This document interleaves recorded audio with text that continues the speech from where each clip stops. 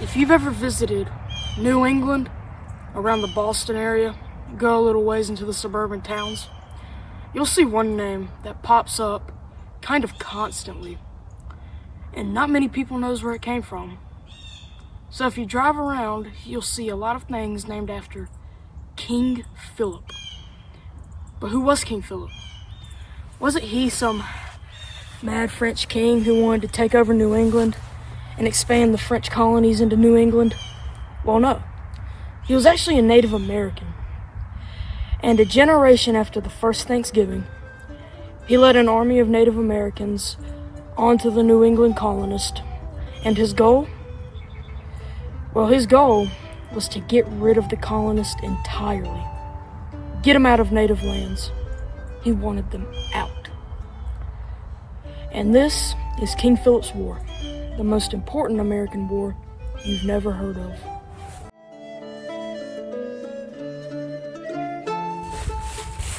In 1675, there were 4 New England colonies in the New World.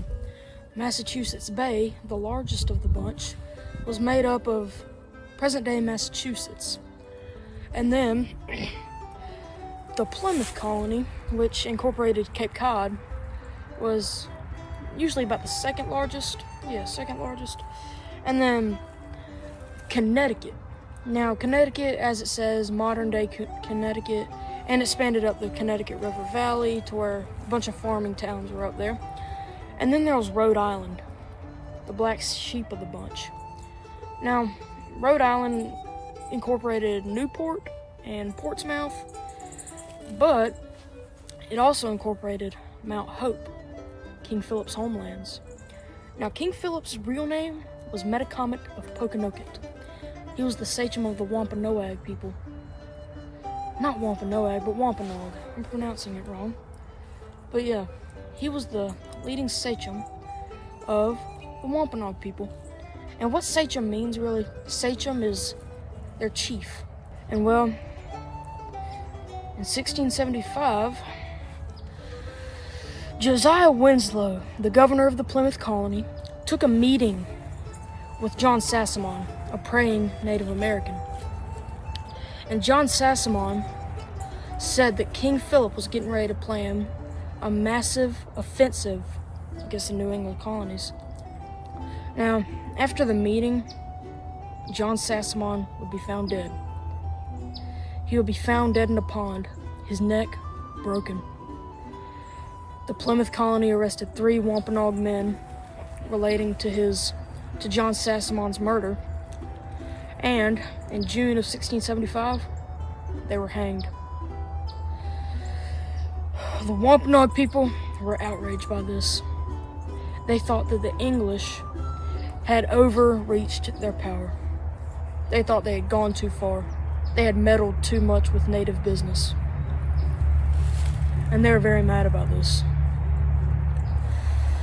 And just 2 months after the hanging of those 3 native men,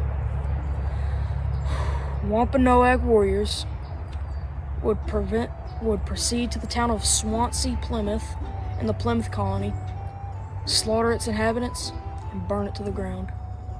After the raid on Swansea in the Plymouth colony, the Wampanoag retreated back to Mount Hope to lay low for a while.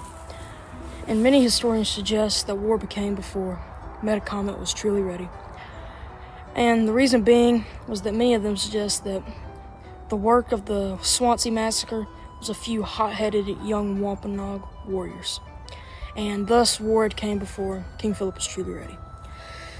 So now that Swansea had happened, the Wampanoag, they kind of just went back to Mount Hope to kind of lay low for a while. But in about 3 weeks, Plymouth and Massachusetts Bay Colony had gathered a joint militia force of 1,000 men, the largest army New England had ever seen. And they marched down to Mount Hope and surrounded the native encampment. Now, Mount Hope, it was on a peninsula, so it was right here and it was surrounded by water. And the English had came right here at the entrance and completely blocked it off. So the English were getting ready to storm in there and just cause a ruckus and just burn Mount Hope to the ground and just get rid of all the natives and hope the war would be over. But as they were getting ready to do so, a full eclipse of the moon happened, and the militia became apprehensive. And the natives, they thought the eclipse meant that true victory would be theirs in the war. And the militia thought that it was a bad omen, a sign sent by the devil. And thus, the natives, under the cover of darkness during the eclipse, slipped away on canoes to the mainland to continue the fight. King Philip's army might have seemed a little bit weak, as it was only made up of Wampanoag people, but the truth is, King Philip had a powerful tribe on his side. The powerful Nipmuc, wedged between the Connecticut River Valley and the Massachusetts Bay Colony. And they had been raiding towns along the Connecticut River Valley. So what the Massachusetts Bay Colony did, they rounded up the winter harvest and headed to the town of Hadley, the only town that hadn't have been massacred at that point. So they headed up there to try to reinforcement before anything bad could happen to the town of Hadley. But on their way there, their caravan was ambushed by Nipmuc warriors at the Battle of Bloody Brook, and the harvest was lost. It would be a very hungry winter for the English, but it was also a very lucky winter for them, because the winter brought a lull in the fighting, which was very, very lucky for them. In over 6 months of war, they had failed to win a single military engagement. So the winter had come just in time for them to rally back their forces and get their act together before this could all go bad.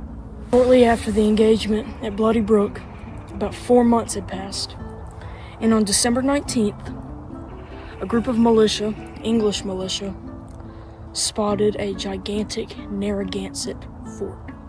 Now, the Narragansett were neutral. They didn't want to have a part in this fighting, but after what happened, they joined the war, and for good reasons. So on December 19th, a group of English militia, led by Captain Mosley, and Mosley wasn't exactly the nicest man. He was a very racist man, and he thought of the natives like animals. So he slaughtered them like animals. And on December 19th, they came across a giant Narragansett fort. It was unlike anything the Algonquin had ever built. It was huge. So the English set about destroying it, slaughtering all of the natives, civilians, warriors, it didn't matter. They stormed the fort, killed almost everybody.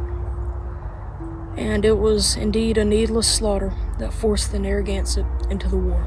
So, while Bloody Brook had happened, King Philip retreated westward to his winter camps in New York, where he tried to convince the Mohawk to join the war in favor of the natives fighting the colonists.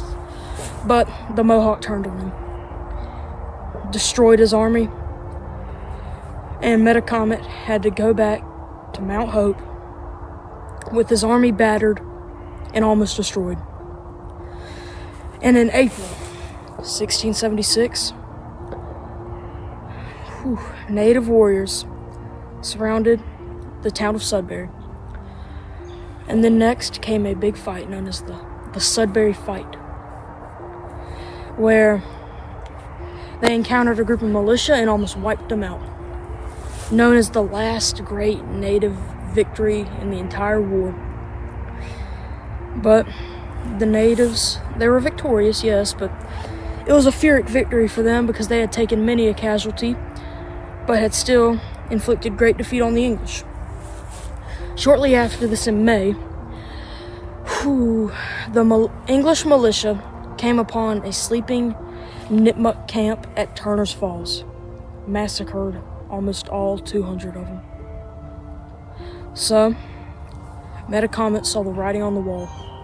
He fled back to Mount Hope, his ancestral homelands, and held out the rest of the war there.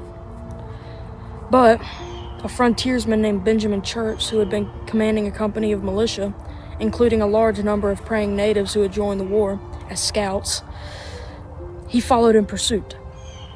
And what happened next was the Battle of Mount Hope. Church and his men stormed Mount Hope, and during the battle, two of Church's men spotted a big Indian running for the forest. One of the men, Englishman, took his rifle, aimed, and the gun misfired. Now, his other companion, a praying Indian named John Alderman, took his rifle, aimed, and killed the fleeing man. As they approached his body, they noticed him almost instantly. Metacomet of Pokanoket, the sachem of the Wampanoag people, dead. King Philip's War was over with the death of the man who started it. King Philip's War, everybody. The most important American war you've never heard of.